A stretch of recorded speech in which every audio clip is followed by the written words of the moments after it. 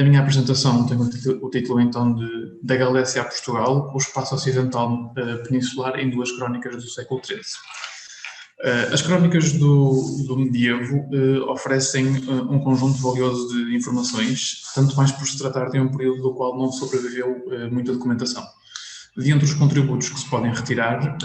sem dúvida, um dos mais valiosos é o que se refere a informações relativamente ao espaço ou ao território, uma vez que se trata de um tema particularmente relevante, sobretudo nos séculos XI e XII, mas para o qual não existe assim tantas vias de observação. Esta comunicação, como foi referido, baseou-se em dois textos do século XIII, nomeadamente o Chronicon Mundi, de Lucas de Tuy, Lucas que foi bispo de Tuy, e o da Rebus Hispania, de Rodrigo Jiménez de Rada, que foi, durante grande parte da primeira metade do século XIII, arcebispo de Toledo.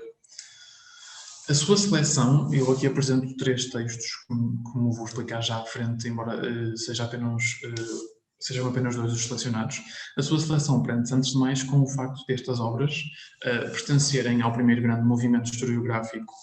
do medievo hispânico, nomeadamente àquela que se pode referir como produção historiográfica fernandina, por se ter desenvolvido durante o reinado de Fernando III de Leão e Castela, nomeadamente entre 1230 e 1247. Para além destas duas crónicas, existe então uma terceira, que foi até, aliás, a primeira a ser elaborada, que integra este ciclo historiográfico, mas não foi incluída neste estudo por várias razões, uma vez que é bastante diferente dos textos de Lucas e de Rodrigo, não só na abordagem que faz às fontes que utiliza, mas também na centralidade do relato, ou no relato dos acontecimentos contemporâneos ao autor, ao relato de história, e também ainda na limitação quase absoluta da atenção que confere ao reino de Castela e Leão. Quanto às duas obras aqui incluídas e que são a base deste estudo, convém referir que Rodrigo se serviu da obra de Lucas na composição do Da Rebus Hispania, pelo que existirão muitos pontos de contacto entre as obras, e embora existam divergências neste tema em particular, Rodrigo opta muitas vezes por seguir o relato de Lucas, como vamos ver. Antes de se analisarem as crónicas e os contributos que elas dão para este tema, torna-se necessário enquadrar os textos e os autores, uma vez em que o período em que os relatos são escritos e algumas particularidades de cada um dos autores são elementos fundamentais para a compreensão das informações que vamos recolher.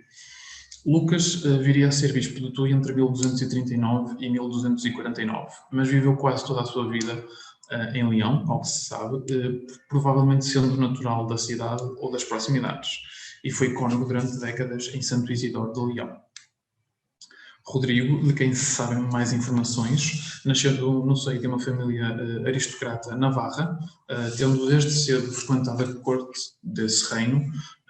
e por influência familiar mais tarde acabaria por estudar em Paris e em Bolonha antes de se tornar então arcebispo de Toledo. Embora Rodrigo se tenha mantido ao longo do seu percurso muito mais próximo da corte do que de Lucas, ambos os prelados podem ser descritos como próximos da rainha-mãe, Berengária, rainha de Fernando III. Esse caráter oficial, como é óbvio, viria a condicionar o relato e as linhas narrativas que cada prelado opta por seguir. Ainda assim, tanto Lucas como Rodrigo foram capazes de, em vários momentos, distanciar-se das linhas programáticas que tinham e ligar-se a certos conceitos, digamos assim, que se ficavam a dever às suas próprias opiniões em relação à sociedade em que se inseriam. Não sendo aqui um lugar para desenvolver a ideologia de cada um dos prelados, não deixa de ser verdade que ela desempenha um papel importante na escrita, nomeadamente na forma como ambos encaram a Espanha como uma entidade una, indivisível, apenas fragmentada momentaneamente em vários reinos. No fundo, ambos os prelados seguem um certo referente ideológico imperial, que estaria um pouco novamente em voga com a reunião dos reinos de Leão e Castela, na pessoa de Fernando III, após quase um século de separação. Mas, ao mesmo tempo, os prelados não deixam de compreender e reverter para os seus próprios textos a realidade que viviam, isto é, a existência de vários atores políticos independentes no âmbito peninsular. Da análise às obras relativamente a este tópico do território ou do espaço, surgiram dois vetores em torno dos quais se pode aferir a representação do território. São eles, por um lado, a fronteira e o processo de expansão, e por outro lado, a individualização do território. isto com uma conotação mais política. Embora em muitos pontos, ao longo dos seus textos, as visões de Lucas e Rodrigo não se encontrem, sendo até contraditórias, o mesmo não acontece neste tema. Ambos mencionam praticamente os mesmos momentos, de forma idêntica, e isso significa que, em grande parte, Lucas conseguiu fazer o seu relato neste tema passar até à obra de Rodrigo, que se em muitos outros temas não se baseou, não aceitou o que Lucas escreveu, neste parece não ter tido nenhum problema com isso. Começando então por analisar o primeiro dos dois vetores, referente à expansão territorial e à fronteira, é já no relato no reinado de Afonso III das Astúrias que se encontram os primeiros contributos significativos. Lucas relata algumas investidas de Afonso I à região peninsular, mais ocidental, mas é com Afonso III que este espaço entra na órbita do reino cristão. Se compararmos as duas passagens que estão aqui expostas, ambas as duas retiradas do Chronicon Mundi, deve notar-se a diferente natureza das ações que o cronista imputa a cada um dos monarcas. Quando se refere aos feitos de Afonso I, utiliza verbos que revelam um caráter bélico. Em contrapartida, a conduta de Afonso III é de modo a possibilitar o controle da região por parte do reino asturiano, levando a cabo o povoamento de vários espaços. E aqui a palavra povoamento tem uma conotação bastante específica neste tipo de textos, que se liga muito à organização e ao reconhecimento da autoridade. Por seu turno, Rodrigo opta por não mencionar Afonso I neste particular e relata apenas a atuação de Afonso III, basicamente nos mesmos moldes que Lucas havia feito. Embora nos refiram neste momento do relato que Afonso III teria levado os seus esforços até ao Tejo, o que não aconteceu, a verdade é que, regra geral, tanto Lucas como Rodrigo se encontram bem informados sobre as constantes alterações da zona de fronteira. E isso era bastante frequente neste período mais recuado, a zona de fronteira alterar-se bastante. Podemos dizer que a fronteira assume um papel central na consciencialização do espaço, sendo uma zona de conflito, mas também de oportunidade, claro. A sua volatilidade é reconhecida pelos autores, como, por exemplo, demonstra a forma rápida como no texto se relatam os ataques de Almansor, que levou a fronteira novamente até o Douro, para logo no momento seguinte se narrar o cerco de Afonso V a Viseu. Porém, o principal momento que nos relatos em que se pode observar uma importância muito grande conferida à fronteira e a movimentos de expansão na zona ocidental da península é definitivamente no reinado de Fernando I, Fernando Magno. Tanto o prelado tudense como o arcebispo de Toledo dedicam bastante espaço nas suas narrativas às conquistas de Fernando I, naquilo a que entendem já chamar como Portugal. Não é aqui possível observar em detalhe as passagens que relatam as conquistas de cidades como Viseu ou Coimbra, porque são passagens muito extensas. Temos aqui um certo da passagem de Viseu, da conquista de Viseu, por exemplo. Mas a sua importância no relato compreende-se do detalhe com que são narrados esses acontecimentos e também da inclusão do que se pode chamar de episódios paralelos. Por exemplo, na conquista de Coimbra são referidas intervenções de Santiago e também dos monges de Lourvão. Este é um dos momentos em que o espaço ocidental consegue maior protagonismo nas narrativas de ambas as crónicas. Depois do relato das campanhas fernandinas, a zona ocidental da península irá sofrer um processo de progressiva minorização narrativa, se assim podemos dizer, sobretudo no Chronicon Mundi, embora também aconteça na obra de Rodrigo. Do primeiro rei português, por exemplo, Lucas recorda as transgressões cometidas a norte contra a Galiza, que pertencia a Leão, e sobretudo os episódios em torno de Badajoz, 1169, mas não recorda, por exemplo, a conquista de cidades importantes a sul. É um caso onde o silêncio do cronista também permite compreender algo sobre a sua visão e sobre a narrativa que construiu. Por sua parte, Rodrigo acaba por acrescentar mais informações relativamente ao que recebe de Lucas, embora o faça de uma forma particular porque não acrescenta informações que nós poderíamos considerar como importantes, mas informações especificamente, digamos assim, relacionadas com um tema que lhe agrada particularmente, que é a genealogia, e portanto insere 2 capítulos especificamente dedicados à Casa Real Portuguesa e aos primeiros monarcas, à sua descendência até Sancho II. Daí em diante, Portugal surge no relato de ambos os prelados como um elemento de oposição a Leão, no caso de Lucas, ou de reconfiguração de poderes, no caso de Rodrigo, que tende a utilizar Portugal como um fator de equilíbrio na relação de poderes entre Leão e Castela. Mas isso extravasa já a análise da questão da perspectiva da expansão territorial e das fronteiras. No que toca ao segundo tópico, a análise da representação da individualização do espaço, deve dizer-se que este se trata de um tópico talvez mais significativo, porque mais eminentemente político e com um grande peso não só no relato do passado, mas sobretudo no presente, em que ambos os palatos escrevem as suas obras, que eram um presente particularmente sensível a questões em torno da configuração política na Península. Como se disse, Leão e Castela tinham sido unificados na pessoa de Fernando III, depois de quase um século de separação, digamos assim. No plano narrativo, os episódios que sobressaem são, em regra geral, os já referidos. As prosúrias levadas a cabo durante o reinado de Afonso III resultaram na ocupação de um espaço extenso, alargando em muito a área do reino asturiano. É a partir desse momento que se começam a desenhar 3 zonas nas quais se pode, entre aspas, dividir o espaço do reino cristão. E é nesse contexto que surgem os primeiros indícios de uma individualização da zona ocidental da península, que ao longo de várias fases vai dar lugar aos 2 núcleos políticos dessa região no período central do medievo, que são a Galiza e Portugal. Também neste particular, o relato de Rodrigo não se afasta muito do que escrevera Lucas, e temos aqui mais 2 citações do Chronicon Mundi, em que Rodrigo optou por seguir quase ipsis verbis o que Lucas escrevera. Como se disse, é no reinado de Afonso III que se nota primeiramente alguma informação relevante no que toca a este tópico. Numa passagem onde Lucas Tui menciona vários monarcas, acaba por referir que Ordonho II, ainda em vida do seu pai Afonso III, teria pilhado uma próspera zona de Sevilha, tendo posteriormente voltado com o seu saque a Viseu.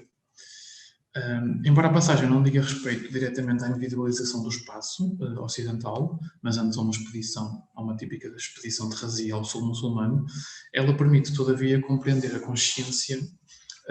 que era clara relativamente ao facto de se desenharem, com a expansão territorial alcançada com Afonso III, várias zonas dentro do reino.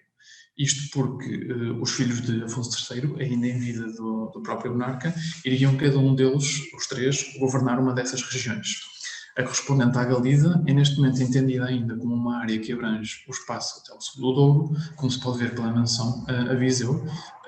e teria ficado sob Ordonho II. Um novo momento que se revela significativo é pouco depois, muito semelhante até a este. Portanto, existe uma nova divisão, digamos assim, dos territórios, devido a uma sucessão complexa. Os filhos de Ordonho II vão dividir os territórios, no entanto, de uma forma diferente. Temos aqui a segunda citação que nos permite analisar essa situação. O apontamento de que Ramiro estaria em Viseu não oferece à partida qualquer leitura, uma vez que Viseu se apresentava neste momento como uma das principais cidades da faixa ocidental, sobretudo do ponto de vista militar. Porém, essa parte de Lucas, e aqui Rodrigo vai segui-lo também, é significativo quando se tem em conta os acontecimentos que se conhecem, nomeadamente a divisão já referida do reino pelos 3 irmãos e o facto de Ramiro ter ficado a governar a zona ocidental. Uma divisão ainda assim diferente da anterior. A questão não é tanto os limites do espaço, os limites exatos do espaço que Ramiro controlava, isso é uma questão que está um bocadinho ainda por definir. O aspecto essencial deste contexto e que importa reter é que perante uma nova divisão do reino leonês, o espaço da Galiza, tomado até aqui como um todo, foi dividido em 2 partes. O que acontece é que esta divisão teria sido levada a cabo com base em algum critério que se pode identificar. Ao que tudo indica, Ramiro tinha recebido o controle do Minho até ao Mondego por parte do seu irmão Sancho, que ficaria a governar a norte desse território, em reconhecimento do apoio que as elites locais, devido à sua ligação a Ramiro, precisamente, tinham desempenhado no confronto com o filho de Fruela II. Ou seja, a ligação que Ramiro tinha com as elites locais e a forma como Sancho entendeu confiar ao seu irmão mais novo o governo daquela região demonstra, de certa forma, uma particularização dessas elites. Há, digamos assim, a diferenciação que a geografia concedia, uma vez que as regiões de Portugal e Coimbra estavam na zona limítrofe do reino, também razões políticas vinham agora juntar-se, configurando assim um grupo que, apesar de nada homogéneo, se distinguia claramente dos restantes. Este é um processo narrativo que se vai desenvolvendo ao longo da obra, sendo que as elites castelhanas e galegas são também elas alvo de uma individualização própria. O momento seguinte que importa analisar é já quando das campanhas de Fernando I. Convém notar que os excertos em torno de Ordonho II e Ramiro II, que eu referi agora mesmo, não encontram eco na obra de Rodrigo Jiménez de Rada. Ele não fala deles, talvez porque resultasse de certa forma inconveniente referir a atuação da aristocracia nesse período, ou talvez porque o arcebispo de Toledo tenha simplesmente optado por reduzir as informações de Lucas, que é uma coisa que ele vai fazendo ao longo da sua obra. O relato das conquistas de Fernando I, que já foi analisado contra a outra vertente, oferece à partida duas ilações que se poderiam entender como contraditórias, mas que na verdade não o são. De facto, se por um lado os textos demonstram uma cabal compreensão e aceitação do processo histórico de individualização do espaço portucalense, que se parece consolidar precisamente no reinado de Fernando I, na narrativa, por outro lado, não é menos verdade que a forma como ambos os prelados relatam este período e a importância desses acontecimentos e a importância que adquirem nas crónicas não deixa dúvida quanto à vontade destes em afirmar inequivocamente que a conquista de Portugal tinha sido levada a cabo pelo monarca leonês. Se até esse momento, no plano narrativo, as referências a Portugal oscilavam entre a designação da cidade do Porto e um espaço mais amplo, onde, por exemplo, cabe, já em certos momentos, a cidade de Viseu, quando Fernando I prepara as suas campanhas nesta região, tanto Lucas como Rodrigo transmitem no relato um espaço que parece estar já bastante definido quanto à ideia dos seus limites. Isso deve-se não tanto à ideia que poderia existir no período de Fernando I quanto ao espaço em si, mas antes à realidade que os prelados sempre conheceram, isto é, a existência de uma entidade política portuguesa, uma vez que, como se referiu, interessava a ambos reclamar para Leão e Castela a responsabilidade de ter adquirido, e é esse o termo emprego, adquirido Portugal. Lucas refere que Fernando I, depois de reunido os seus exércitos, se movimentou em direção a Portugal, indo cercar Ceia.